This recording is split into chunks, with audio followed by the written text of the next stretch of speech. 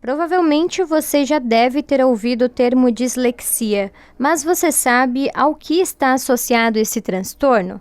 Bem, a dislexia afeta a capacidade de leitura e escrita de milhões de pessoas em todo o mundo.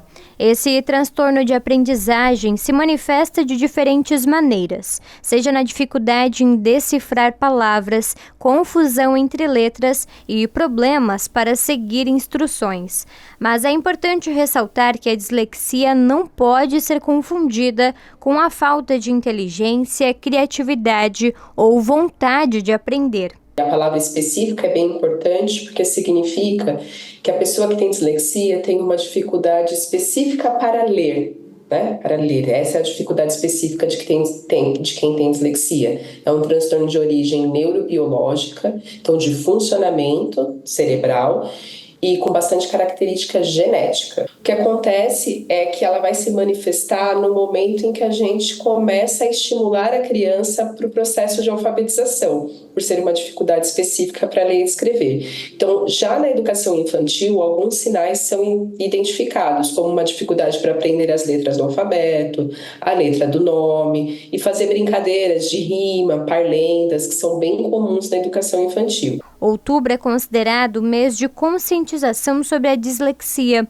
e durante esse período a intenção é explicar para as pessoas como funciona o transtorno, além de alertar para o diagnóstico precoce, que é uma importante ferramenta para promover a qualidade de vida das pessoas que precisam lidar com essa condição. A dislexia não tem cura, mas com o tratamento, a pessoa desenvolve estratégias compensatórias para ler e escrever. Em geral, ela consegue ser alfabetizada, mas a leitura e a escrita sempre vai ser um processo mais difícil. O tratamento envolve tanto a terapia, no contexto clínico, para aquelas crianças que precisam ter um estímulo maior no processo de linguagem e cognitivo, mas também, principalmente, as adaptações escolares para que a alfabetização ocorra de uma maneira tranquila e para que não haja um comprometimento do processo de aprendizagem pela dificuldade de leitura e escrita. E como é possível fazer esse diagnóstico? A grande chave para o diagnóstico é o encaminhamento a partir de uma dificuldade persistente de leitura e escrita.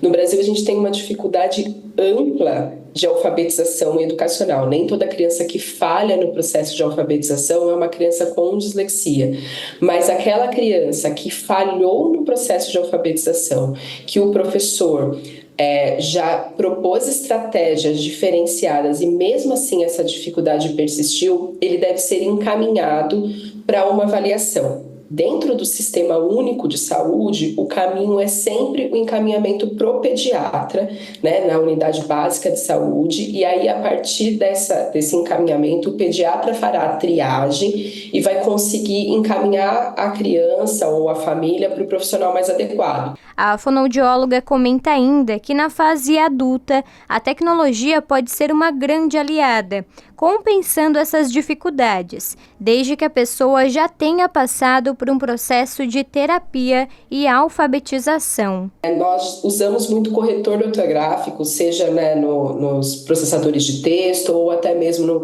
em mensagens de texto, então isso ajuda muito.